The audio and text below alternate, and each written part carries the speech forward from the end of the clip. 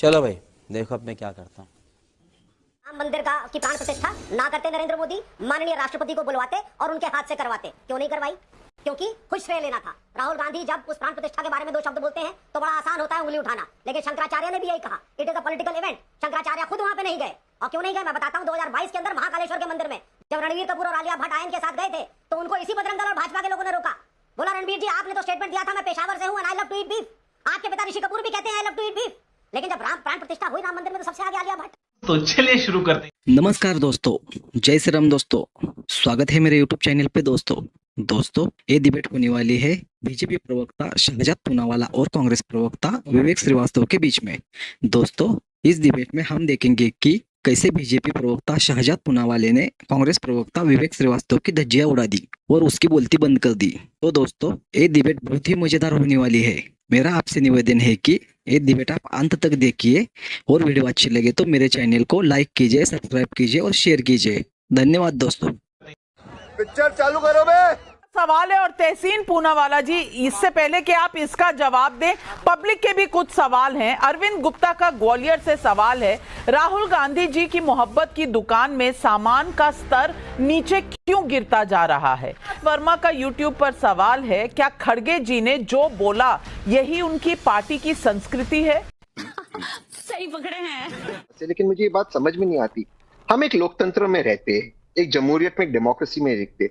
मेरा कर्तव्य है विपक्ष में कि मैं जो सत्ता में सरकार है उसको हटाओ। ये मेरा कर्तव्य है, ये मेरा दायित्व है। ये कैसा प्रश्न है कि आप क्यों हटाएंगे, कैसे हटाएंगे? भैया चुनाव के माध्यम से हटाएंगे। जितना भी हरियाणा में, जम्मू में तो चुनाव तो हो गया। Navika ji please, I request you please. चुनाव की कैंपेनिंग थे। ये कैसा आपका शब्द है कि अब शब्द हो रहे हैं मोदी जी के खिलाफ? भैया मुझे उनको हटाना है, तब तक मैं जिंदा रहूंगा। इसमें कौन सी गलत बात है? ज्योतिरादित्य सिंधिया, में टाइम्स नाउ को कोट कर रहा हूं, उन्होंने कहा कि जब तक भाजपा को मैं सत्ता से नहीं हटाऊंगा मैं मध्य प्रदेश में, मैं तब तक हार नहीं पहनूंगा। आज वो ज्योतिरादित्य सिंधिया जी भाजपा के अंदर है। ये कौन से अपशब्द हुए? अपशब्द वो होते हैं जब एक दलित नेता के परिवार को मारने के लिए, अपशब्द वो होते जब माननीय प्रधानमंत्री कहते हैं कांग्रेस के एक नेता की तस्वीर नहीं जो दलित समाज चाहते। क्यों आप प्रधानमंत्री जी को खड़गे जी का नाम नहीं पता उनका नाम? क्यों नहीं लिया उनका नाम? यही मैं बताऊं। अरे कौन भौंक रहा है ये बदतमीज? अध्यक्ष होते हुए उनकी तस्वीरें नहीं होती हैं होर्डिंग में, और दलित नेता की बात कर रहे हैं तहसीन पूनावाला। मैं पूछना चाहती हूं, यहाँ आप कहेंगे कि क्या गलत है वो जिसकी मर्जी तस्वीरें लगाए? गलत की बात नहीं है, बात है भाव की, रिस्पेक्ट की। तो क्या खड़गे जी प्रधानमंत्री के लिए इस तरह से रिस्पेक्ट दिखाएंगे, ये भाव दिखाएंगे? जी मुझे जरा 30 सेकंड दीजिए। पहली चीज, अगर दलितों के लिए रिस्पेक्ट दिखानी थी तो राम मंदिर की प्राण प्रतिष्ठा ना करते नरेंद्र मोदी, माननीय राष्ट्रपति को बुलवाते और उनके हाथ से करवाते। क्यों नहीं करवाई? क्योंकि खुश श्रेय लेना था। राहुल गांधी जब उस प्राण प्रतिष्ठा के बारे में दो शब्द बोलते हैं तो बड़ा आसान होता है उंगली उठाना, लेकिन शंकराचार्य ने भी यही कहा, it is a political event. Shankaracharya खुद वहां पे नहीं गए। और क्यों नहीं गए मैं बताता हूं। 2022 के अंदर महाकालेश्वर के मंदिर में जब रणवीर कपूर और आलिया भट्ट आयन के साथ गए थे तो उनको इसी बजरंग दल और भाजपा के लोगों ने रोका। बोला रणवीर जी आपने तो स्टेटमेंट दिया था मैं पेशावर से हूं and I love to eat beef. आपके पिता ऋषि कपूर भी कहते हैं I love to eat beef. Harshvardhan Tripathi ji ने तो आलिया भट्ट की एक फोटो भी लगा रखी है घर में। कहते हैं साहब रोज सुबह नमस्कार करता हूं तो मुझे राम भक्ति की प्रेरणा मिलती है।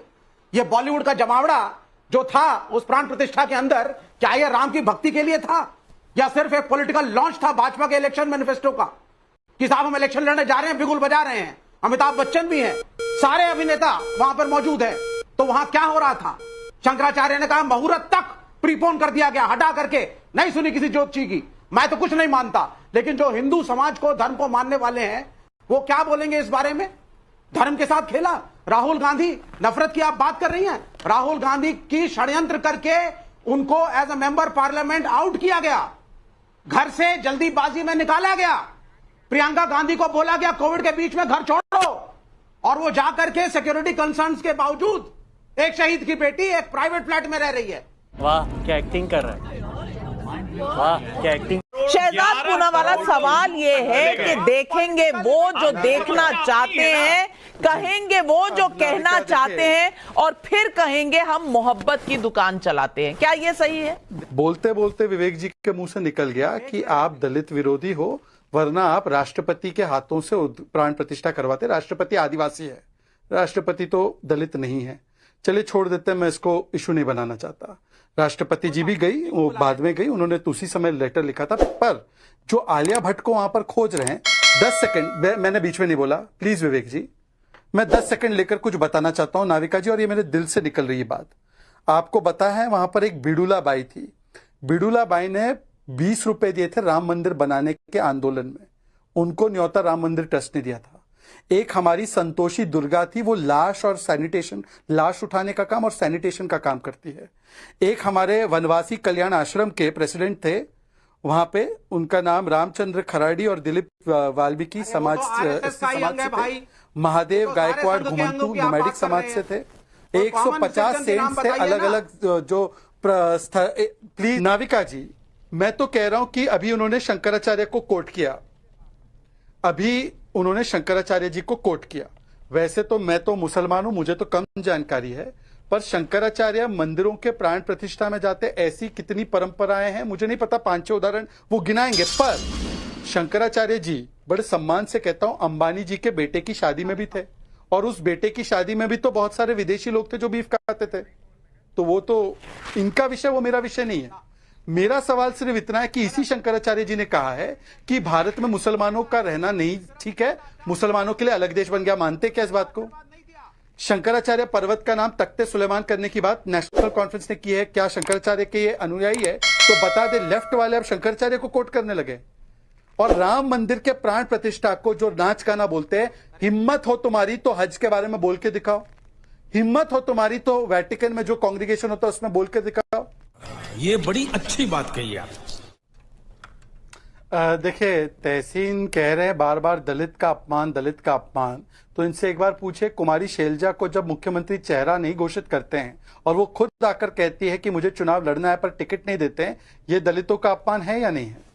जब दलित समाज के व्यक्तियों को अपमानित करते हुए उनका 14,000 करोड़ कर्नाटका की सरकार खा जाती है, वो दलितों का अपमान है या नहीं है? जामिया एमयू में SC/ST का आरक्षण खत्म करते हुए दलितों का अपमान है या नहीं है? नेशनल कॉन्फ्रेंस वाल्मीकि समाज को दिए गए आरक्षण को खत्म करना चाहती है जम्मू कश्मीर में, वो दलितों का अपमान है या नहीं है? और इनको तो सीताराम केसरी की धोती फाड़ी गई, उसमें भी ओबीसी समाज का अपमान नहीं दिखा। नरसिम्हा राव जी के शव को अंदर नहीं आने दिया, उसमें भी तहसीन को नहीं दिखा। तो तहसीन को आज खड़गे जी के बयान में क्यों कुछ नजर आएगा? जब कैसे कैसे लोग रहते हैं यार यहाँ पर। जब उन्होंने मोदी तेरी कब्र खुदेगी, मोदी तुझे लाठी डंडे मारेंगे, उसमें कुछ गलत नजर नहीं आया, तो नाविका हटा देंगे, मिटा देंगे, तुम काफिर हो, तुमको नहीं रहना है, ये इस प्रकार की बातों और भाव में उनको क्यों कुछ गलत नजर आएगा? वो तो इसको स्वीकारेंगे, सहज स्वीकारेंगे। बिल्कुल। शाबाश बेटा। नहीं, आपने एक सवाल उठाया कि उन्हें ये कहना चाहिए था कि भारतीय जनता पार्टी की सरकार को हटा देंगे, ये क्यों कहा कि मोदी जी को हटा देंगे? तो ये बीजेपी को सोचना है, तो जब पोस्टर में उन्हें लिखना चाहिए अब की बार भाजपा सरकार, वो तो लिखते हैं अब की बार मोदी सरकार। उन्होंने खुद इसका नाम मोदी सरकार रखा, इसलिए जब भी आलोचना होगी मोदी जी का नाम लेकर ही होगी, मोदी सरकार कह के ही होगी। और जो माननीय मोदी जी कह रहे हैं कि राष्ट्रीय अध्यक्ष का, मैं मानता हूं प्रोटोकॉल के लिहाज से खड़गे जी का फोटो होना चाहिए था कांग्रेस के हर पोस्टर में, लेकिन बीजेपी के भी ऐसे हमने बहुत पोस्टर देखे जिनमें अकेले मोदी जी का फोटो होता है। और हमने तो ये भी देखा कि बीजेपी के राष्ट्रीय अध्यक्ष को मंच पर सार्वजनिक रूप से अपमानित होते हुए देखा है कि वो बराबर में खड़े हैं, उन्हें कुर्ता पकड़ के पीछे खींचा गया, पूरे देश ने देखा, वो वीडियो खूब चले।